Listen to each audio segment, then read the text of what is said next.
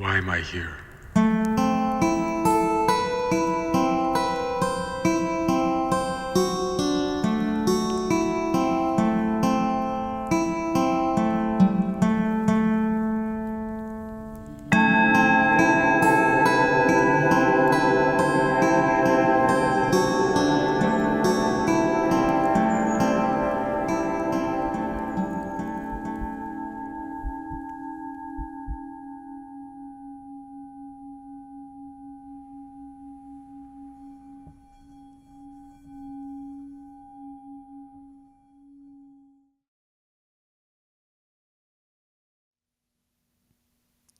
In every story of greatness, there's a moment where someone chooses to live bigger, not because the world said it was time, but because something deeper whispered, now. For me, that moment had already begun stirring. I had already decided, quietly, inwardly, to live louder, to stop waiting, to stop shrinking in the face of my own becoming. And then Dustin appeared, not as the cause, but as the reflection. Not because I saw my future in his life, but because I felt the heat of his decision echoing in my own. He chose expansion. He chose to believe there was more. And in doing so, he reminded me that we don't need a perfect plan to say yes to the pull. This series began with that nudge. His story, elegant, focused, complete in its own arc, wasn't the path I wanted to follow. It was a signal. The fire in me didn't need more fuel. It needed something to burn. So, if you've been standing at that edge, wondering when to leap, when to stop negotiating with doubt, let this be a mirror, not of what your life should look like, but of what it feels like to finally answer the call.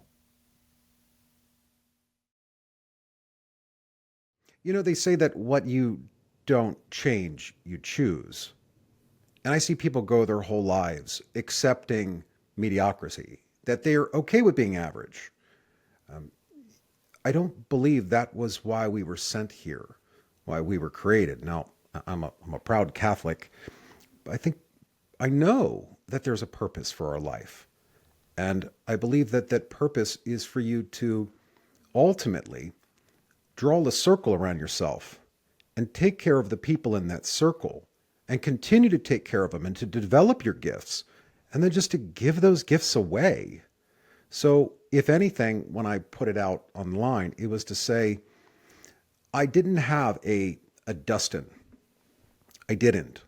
Because you'll find that high performance people, and they'll make you better being around them, but it is very challenging to be able to reach them at a level where they want to give back. And when you find those people, I'm telling you, do what you do. Reach out to them. Hi, my name is, can I get to know you? And I think that to me is the beauty of the opportunity, that it's always there. People look for signs every day. There are signs everywhere. I have a friend of mine. He says that what he sees in this world is that life is a miracle. People don't impress him, watches don't impress him, things don't. But when it comes to life itself, and I believe this, and so back to, I'm very proud of you. It takes courage to get outside of your comfort zone. It takes courage to say, I don't know. It's probably some of the best advice I've ever been given. I've done 1,000 interviews around the world. And occasionally, when I hear a really wise man or a really wise woman say those words, I don't know, it makes me feel safe. Because then they're not making something up and they're telling you it's okay to say that you don't know. So well done. You reached out to say, I don't know what is supposed to happen. I think that's when change begins. And I have to ask you, where did you feel the emotion? The emotion of knowing I needed to connect with you Yeah. was instinctual, typically There's two ways I receive these. And I believe when I knew I needed to reach out to you, it was kind of from the top of my head down through my nervous system, if you will. But I'll describe the evolution of beginning a journey, putting myself out there, leaning in. It's definitely the heart. It started off, even posting on social media, not something I typically do. I remember when I first started putting my writing out to where I am now, never expected to expose my life the way I'm doing it now. And that I feel in my heart. That's a definite opening. And I'll say that the dance between what felt safe and what's dangerous has become a reassurance that I'm doing the right things in life, that I'm growing. And it's been awesome, man. I know it hasn't even begun yet, right? But at the same time, I'm getting everything I could ever want. I'm talking to the people I want to. I'm learning things. But how I'm cool is creating. that? Yeah. That when you start to create this activity, it creates more activity for you. Mm-hmm. And it opens your mind to things that you never probably thought of before. And when you're curious, it even connects the dots that you'd never had the answers for. Yeah, totally. And I have to ask because I do want to celebrate your voice because for so long I have been looking for that edge, looking for that person to give me just a little bit of guidance, a little bit of a nudge, right? In the space that spoke to me, right? And, in truth, it's always been around me. But a part of me knew that there was like one specific voice to really put me over the edge. It's like there's a knowing of when your journey is supposed to begin, if you will. So if you didn't have that yourself, how did you become who you are now? How did you learn the things you've learned? What environments, what circles did you expose yourself to? As a curious mind, when I'm interested in something, I want to get to mastery level, which means you need to put yourself around people that are there. I I, I had this crazy idea. It was 2019, and my wife and I were talking, and I said to her, I want to do a podcast. And she said, well, what would you want to call it? And I went, Life's Tough. You can be tougher. It was something that my sister and I used to talk about together. My sister Tennille, she died of a overdose in 2014. And it was this concept I had as a child in my earliest days. We all have some level of dysfunction. And I am not a volunteer victim, so I don't, for those that are listening in, this is not a feel bad for Dustin. But I didn't have the best upbringing in my early days. I had it better than many in the world have it. Mom left. Dad was taken away from me. I entered the California foster care system. And what I didn't realize is that those early years are really what makes you. It doesn't have to break you. Pain kind of comes in two ways. The kind that will form you, and then the kind that truly breaks you up and ultimately brings you into a world that is a hell on earth in lieu of a heaven. And I didn't want to be that. I didn't want to be that person that blamed others for my unfulfilled dreams and my dissatisfaction of life. Because there you will meet people. I wanted to do a show where I could ask others who had succeeded, who had found a path forward, who had figured it out, quite candidly, how to do it. And so I thought, what better name than Life's Tough? You can be tougher. We reached out to a friend of ours, and believe it or not, she happened to know somebody that has a studio. I mean, his dream, his name was John Miller. Awesome guy. Hope you hear this, John. His dream, this is what's crazy, is that there is somebody's dream right now. They're just waiting for you. Mm-hmm. And so when I reached out to this guy, John, he's like, yeah, I got this studio and it's just waiting for talent. Now, I wasn't talent at the time. I didn't know how to be a broadcaster. I candidly didn't know how to do a podcast. I didn't know what a podcast really was. I had only ever heard Joe Rogan or tuned into a Howard Stern. And I went in and I knew it. When you put yourself around people that are at that mastery level, they will make you better. And so it began. I didn't know a lot of celebrities. I didn't know any celebrities, quite candidly. The first guest on my show was a pastor. He was the pastor of my sister and myself, and had wanted to adopt us when we were in foster care. And that was the opening. That was the beginning that there was a greater plan. And at the time, I didn't know it. And it would be very disingenuous to tell you where I thought it would take me. I was just doing one show at a time. But I knew what I wanted. What I wanted was to understand my place in it all, to better understand me. And what better way to teach myself how to listen and learn from others who had not just survived, but had gone on to thriving. Yeah, beautiful. And it's such a beautiful way to commemorate your sister who passed. You said her name's Tennille. Tennille. That's beautiful. I think that's been an overarching story through every single conversation I've had so far, where you have a choice, right? You have a choice to sit and have self-loathing or become a phoenix in the ashes. There's a quote, I don't know who says it, but he says, the worst thing that ever happened to somebody is the worst thing that ever happened to somebody, right? And so it doesn't matter really what it is. It's just like, it aches the same way. It's only your own threshold. Yeah. And I hear that in you. You know, I think part of the reason I feel so connected to the things that you say to me is mainly because I feel that underneath all the words. But before we kind of get into what's to come, can you unpack a little bit about where you were in your life before you started the Life Stuff show? I was a boring insurance guy. I still am. And I had reached what I thought was success. You know, I had the really nice car, the one that I'm like, oh, if I only had. I had the income that, like, boy, if I only had. And yet I was missing a lot. You see, I thought that those things, and they're nice. I stole something from a friend of mine once, Gene Simmons. He had said to me that money is not the root of all evil. The lack of money is the root of all evil. So I will tell you that having money and defining how much is really up to his or her own opinion of things, that it does make life a little easier. But what I found was that that wasn't it for me. That I had this drive that I couldn't explain to others. It wasn't their calling, it was mine. Was so distracted by growing my insurance practice, and it was just more, that my sister had called me 3 days before her passing. And I was so absent emotionally.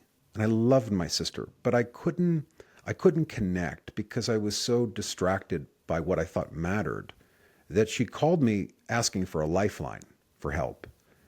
And I wasn't there. People tell you with their words who they are. They tell you with their words what matters to them, and we miss it. And that to me would have been, for me, that turning moment.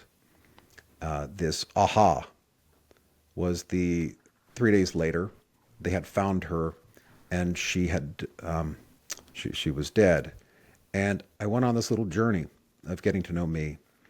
I had achieved some success because now, having interviewed some of the world's wealthiest people, like, success is all relative. But I had set goals for myself that I knew I wanted to achieve, and I had done those things when it came to some sort of wealth creation or income-wise.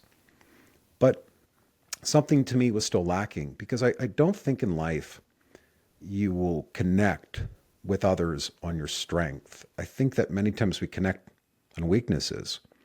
And I knew that my calling was to use my story. And look, to the person who goes through their story, I can tell you it's more painful than yours.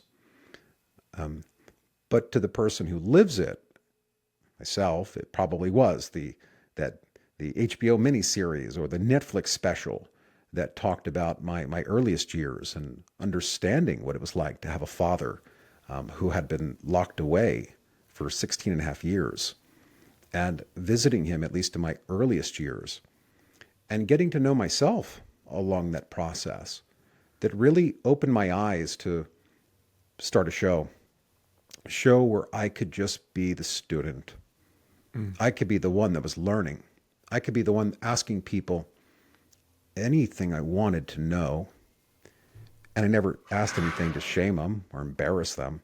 But I was really curious how they were able to bring themselves back from the brink of disaster, how they were able to survive when others had fallen and quit. And it's very easy, by the way, to stay the walking dead.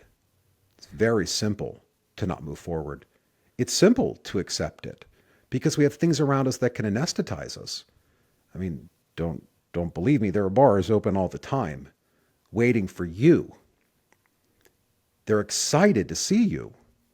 They want to make you feel good. And I am not against people that want to, have a glass now or then. But what I usually say is, why? And if it's just to take off an edge, I get it. But if it's to mask something bigger, you said earlier about loneliness. You're never alone as long as you like the person you're with, which is yourself. And so it's to be this work in progress. So who was I before the show? Somebody that I don't like. Someone that didn't see the way the world was. I had seen what I wanted to see. And the show opened my eyes to so much more. More than myself. Yeah. I guess twofold question. Throughout the journey of the show, what is it that you learn most about yourself, about the way the world works? And then also, how has that shaped the way you define success? I think for the greatest lesson I had picked up was to be a learner, not a knower. Because the people that found a way to reach, name their dream, name their goal, they did it through learning. They weren't always the best in class. They weren't. They weren't always the best athlete. Yet somehow they became the best athlete in the world. Somehow they became the smartest at the MIT University. Somehow I go right, because they were all in. You're either going to spend time with people or you're going to invest time with people. When I started that show, it was only one thing. I want to invest time with people. I'll use my own time because an entrepreneur's time is a replacement of capital, especially in the early days. And I was going to invest my money. I wanted to be the benchmark of excellence because excellence attracts it. It will bring more of it. I knew that everything I did with my show had to be perfect. And I could be an idea thief because the thing that you'll find is that success, it leaves clues everywhere, all around you. But you have to be looking for it. You have to be at a place where you say, I don't know. I don't know what the right way to build the website. Well, go find somebody that does. I didn't know the right way to position somebody's photo in a social media graphic. I found someone that knew and said, oh, here's how we do it. Here's the right way to make this person's, in terms of then writing it. I go, okay, well, I just would learn, and I would learn from the masters that had come before me. We had this great opportunity that most people, they sit back and they wait. They think the fish are going to jump in the boat. They don't. You're going to need to go out and want it more than anybody else. Because there are people out there that aren't hungry, they're starving. I was starving for knowledge. I wanted to understand what I had missed. You say, what I had missed? Well, that was 6 years ago. So I'm a 41-year-old man. That means from the age of 35 before that, what did I miss? What went over my head that I didn't catch? And now, who do I want to interview? Who do I want to have a conversation with? Anyone in the world is not off limits. It was my mindset. I was a rinky-dinky podcaster with a full-time day gig, in addition to having a show where I'm emailing 1,000 people a week. They don't know me. I'm reaching out to publicists and marketing executives all over the world, putting together a list of if I could interview this person, who would I want to interview? It'd be awesome if I could interview Lou Ferrigno, the Incredible Hawk. There's no way he's going to go on a rinky-dinky podcaster, Dustin Plantholt. Well, guess what? Lou, welcome to the show. There's no way Jerry Springer from TV will ever go on Dustin's show. Dustin, Jerry, you are the 50th guest on my show. Jerry Springer, it is such a pleasure to meet you. Wyclef Jean, Wyclef, what's going on? Dustin, it's good to see you. They came from all over the world because I was creating the inertia. I was creating the activity. And that's the thing. What comes to you is from what came out of you. Today, this moment in your life is a product of what happened yesterday and the day before that. And it's never too late, but you have to know what you want. What I wanted was if I could just have one more piece of knowledge. If I could ask somebody, if I could ask John Tesh, a legend in the world of entertainment tonight, a guy who created the hit song of a sports on a sports team, could ask him, you were diagnosed with cancer and you weren't given long to live. How do you tell your family that? To ask some of the world's most creative minds, the founder of Reebok, hey, I'm an entrepreneur. I'm a wannabe compared to you, Mr. Foster. How'd you come up with the name Reebok? Him. I love the letter R. Like, wait, what? I was looking in a dictionary and I'm like, R, Reebok. That's cool. I'm like, wait a second. You're telling me there's more chaos in this world? Yeah, Dustin, there's a lot of chaos. Interesting. We think things have to be structured. I see some of the smartest minds in the world talk themselves out of things all the time. Why? Because they think of, well, if this could happen and that, can I go, you're right. A lot of those things, yeah, absolutely.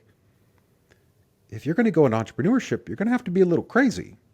You're going to have to think ridiculous. And when you create a podcast, you're an entrepreneur. You're the one creating beauty and art. I was responsible for brands all of a sudden. I didn't want to blow up their brand. I didn't want to play it too safe, but I wanted to make sure that I could build trust. Trust is the most important thing you have. And with that comes their entire network, everybody that they know. And so that's what I did. I went on a journey to learn, to stay open to change, to hear criticism. And I heard a lot of criticism. And that was part of the growth. Yeah. It sounds like your perspective was really that you became a learner of how to learn and you let that change you from the inside out. But what would you say throughout that journey was the biggest shift that you experienced internally, other than the mindset and the limiting beliefs that you couldn't? Because that's obvious. That's what came before. That's a beautiful question. It was that you could do impossible things. I interviewed this Olympian, and she had her legs removed below the knees, swimmer. She had developed a medical condition when she was in, I think it was high school. And yet she would go on to compete in the Paralympics and win. And it was interesting because it was a mindset that even without legs, I'm going to be faster than you, Dustin, in the pool. Mm-hmm. What? It was this mindset that believed I can get to the top of Everest. What? It was a mindset that said, I can have a speech impediment. I could have all sorts of conditions, and I still could become. It was a mindset. I realized that I had thought too small. For many years, back in my insurance days of running my own agency and book a business, I had wanted to be a Baltimore Business Journal 40 under 40. And every year I had clients try to put me in. I had wanted it really bad. It was interesting because years later, I think it was December before I turned 40. I got a phone call from the CEO of Forbes in Europe, Monaco. It said, "Congratulations, you're going to be a Forbes 40 under 40." And it was this moment that many years prior, I had thought, boy, if I could only be a Baltimore 40 under 40 in my own backyard. Sometimes God, the universe, has a plan. It wasn't supposed to be in my backyard. It was supposed to be in somebody else's. So it taught me to stop limiting myself. Stop setting rules. Boundaries you still need. But rules of I can't now became why not? Why not me? Mm-hmm. At the end of every day, at the end of every week, at the end of every month, at the end of every year, someone's life is changing for the better. Something that was just a dream is a reality. Why not you? Why not me? Why couldn't I accomplish? Was it about time? Well, I have the same amount of time Michelangelo had, same amount of time that name the famous person you've ever heard of had. So what does time represent? Back to spending your time. I choose now to spend my time wisely, knowing that it is becoming less and less. I got the wisdom lines for anybody tuning into this thing. Oh, on you top look of my great. forehead, and I've got those sprinkly little grays in my beard to tell me that morbidity and mortality are for certain. And life now to me is really about, it's about impact of leaving this world, should the day come, but leaving this world better than the way I inherited it, better than the way I found it. I think that is ultimately going to define us, how we'll be remembered. I call it like that dash on the tombstone, the day you started and the day it ended, and what happened in between. So I want to be remembered for someone that used his voice for good, that he shook some people up, and then along the way, he gave more than he took. So that's what I learned from hosting that show. Yeah, beautiful. And again, what a beautiful way to memorialize your sister and what she went through and what was possible for somebody. I think, I don't know if it's still in your bio, but I saw once that you celebrate that part of your journey, the foster care, as you say, foster care alumni or something along those lines. And as somebody who goes and, is and speaks with people that are admired, right? That's going to say a lot to a kid who's going through that part of the journey because it helps them break down that limiting belief of, I've gone through something, I can't be that, right? No, you show everybody that it's possible. And wearing the pain on the sleeve becomes a superpower in that way because everybody realizes, yes, for all of us, anything is possible. And in fact, some of the highest performers, some of the most beautiful art, some of the most real and raw things we see in this world were created by virtue of something painful, some kind of suffering, some kind of hell. And I can say that for myself, right? Like the things that I've created, whether it's poetry, whether it's just the way I've showed up for people.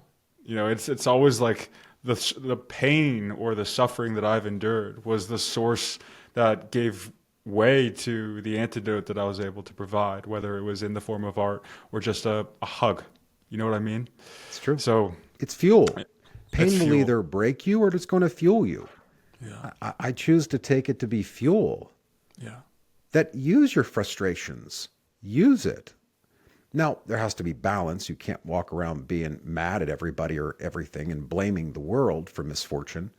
You don't get to choose who you're born into, your family. You probably wouldn't have chosen that person to be your mom or dad, or maybe you would have. But you don't get to make those choices. But you do get to decide how you want to live your life. There are no excuses to stay dumb. There are none. Because if you've been blessed with the gift of a mind and a brain that comes with it, outside of a disability, I would say those things clearly. But if you don't have a reason why, there is no reason. To me, what a waste that you have all this knowledge available to you, more than ever that has come before, access at your fingertips, and it's free. Mm-hmm. I love books. I do. Call me old-fashioned. But all the books that will never be written because people, well, they take it with them to their grave. Mm-hmm. I think stories are one of the most fascinating, that if we could only create a blueprint or to record the brain, all of the stories. I mean, what an asset to humanity to have a database of memories that we could tap into. Now, perceptions clearly are different, but it's our life's experiences that come with us. And I think that's, to me, part of your journey is creating these experiences for yourself, living a life that is worth living. If you don't like what's been given to you, then change it. I said early on, what you don't change, you choose. I wasn't going to choose to stay and keep it the same way. I wanted to know what the plan was for me. So I went out and looked for it. It's not about whether I want Dustin's life. It's not even about agreeing with his values, his vision, or his way. It's about what he represents. A decisive step into expansion. A man who didn't wait to be chosen. He chose himself. We grow through many mirrors, some familiar, some foreign. And sometimes what awakens us isn't the echo of who we are, but the shock of seeing someone embody a decision we've already made in silence. Dustin was that for me. Not the blueprint, the signal. He leapt, and I realized I already had. His presence didn't give me courage. It gave me confirmation. The path I felt stirring inside me wasn't a fantasy. It was already unfolding.